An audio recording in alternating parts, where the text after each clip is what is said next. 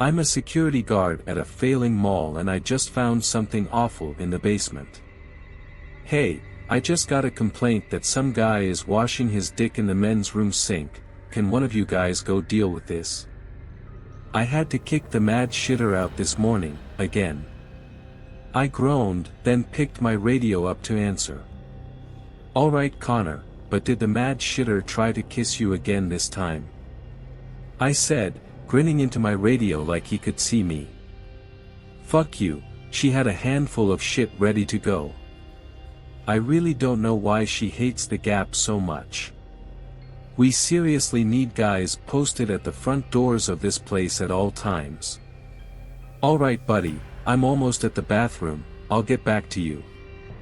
I walked into the men's bathroom, and sure enough, there was an older, homeless-looking man with his junk in the sink. Hey, man, you gotta stop what you're doing.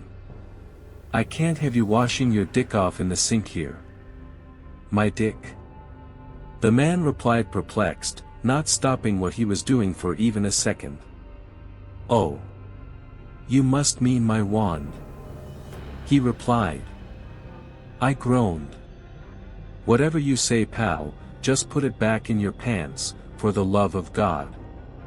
No can do, I'm affected by evil ailments, I must cleanse the dark juices off before it is too late. I had had just about enough of this and walked up behind the man to detain him, but he spun around with the quickness of a gazelle, startling me. I think not. He exclaimed, jumping away from me. I am a warlock of the highest caliber. I have been protecting this realm before you were a twinkle in your father's eye. Look, this doesn't have to be difficult, I just need you to go and we can put this all behind us. Did you hear that? They're back, Dot. The man screamed and started to windmill his dick around in a circle and began to piss. I ran out of the bathroom and grabbed my radio to fill my co-workers in on the situation and get some backup. There was no way in hell I was about to wrestle with a half-naked pissing lunatic in a failing mall's bathroom alone. A few minutes later I finally saw Connor and my other co-worker, Jeff, strolling down the hallway to the washrooms. Took your sweet time guys. Relax, I wasn't about to face off with your boyfriend on an empty stomach, Jeff said, sucking donut frosting off of his fingers. Connor sighed, okay guys, we gotta work together here, we go in single file and surround this weirdo. We all agreed and Jeff, bald, buff and the most intimidating of us, went in first. Hello? Mr. Wizard? Are you, oh god damn it. Me and Connor quickly ran in and noticed the air vent had been ripped off of the wall. This asshole went down to the basement. Jeff yelled. What a pain in the ass, I guess we better go find him. Connor said, rubbing the bridge of his nose with his index finger and thumb like an annoyed dad. We made our way through the employees-only doors and down a small hallway of offices until we reached a locked set of double doors. After trying almost half the keys on the cartoonishly large mall key ring, I heard a click and the knob turned. There was a rickety old set of wooden steps in front of us leading down to basement. I turned on the little flashlight I keep on my security belt next to my taser and proceeded down the steps. Every board creaked and groaned underneath me and the middle of the steps bowed, threatening to break the deeper I descended. I made it to the bottom and began looking around for a light switch when I heard a scream followed by a crash behind me. I spun around to see Jeff had fallen through the stairs, taking most of them with him. Jesus fuck. You okay down there? I heard Connor yell from above us. I'm fine. I slipped in something, Jeff said, brushing himself off. But there's no chance we're getting back up that way. Go look for a ladder or something while we look for that little shitball.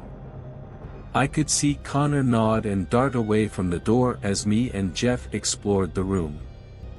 I found the small beaded chain from an overhead light hanging from the ceiling and pulled it, illuminating the room in a warm fluorescent glow.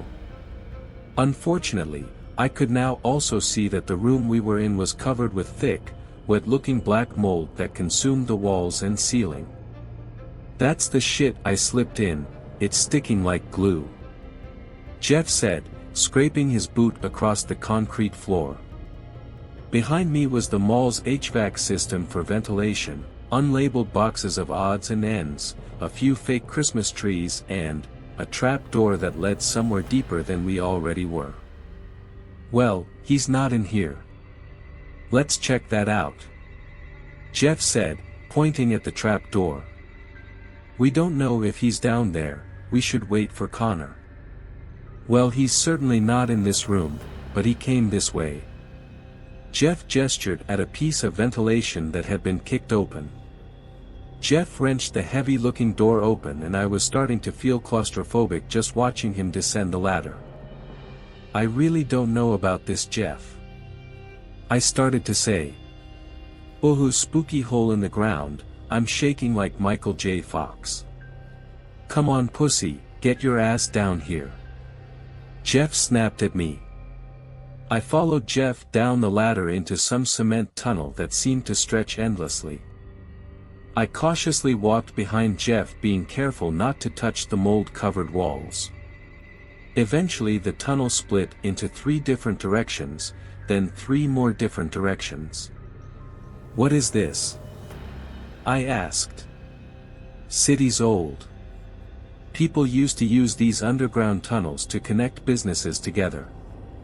Made it easy for city repairmen to get from place to place faster or some shit," Jeff replied. That's when I noticed the mold Jeff had slipped in had made its way from his boot all the way up his leg. "Jeff, your leg dash," I started to say, but the words caught in my throat. Jeff tried brushing it off with his hands, but it clung to them and began rapidly spreading up his massive arms onto his face.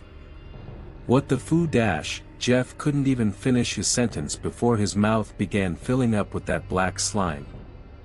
He made some awful gurgling noises and I saw the black shit streaming out of his tear ducts as he clawed at his face before collapsing onto the ground. "Jeff? Jeff?"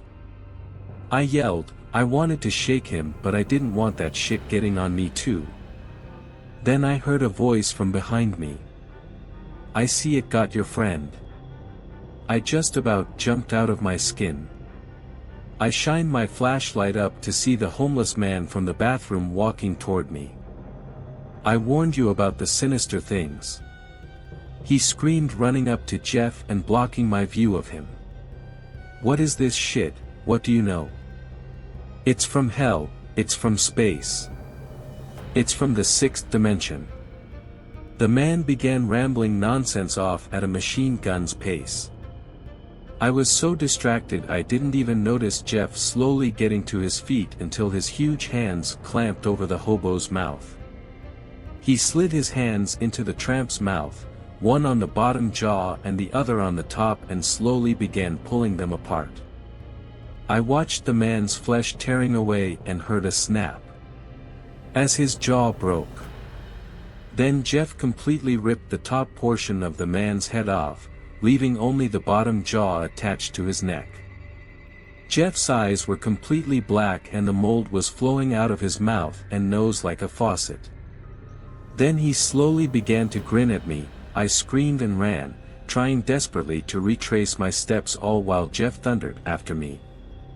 Eventually I found the ladder and climbed it back into the basement. I struggled to close the heavy steel door, but I got a surge of adrenaline as I heard footsteps climbing the metal rings of the ladder and slammed it shut behind me. I stacked some heavy boxes on top of the door, but I can still hear Jeff punching at it. I don't know when, but at some point, I got some of that mold on myself too. If I don't move, it seems to slow down the spread of it, but it's still slowly making its way up my body. I hope Connor gets back soon. I've been yelling but nobody's even come to check. If he takes too long, I'm afraid of what might happen to him. What I might do to him.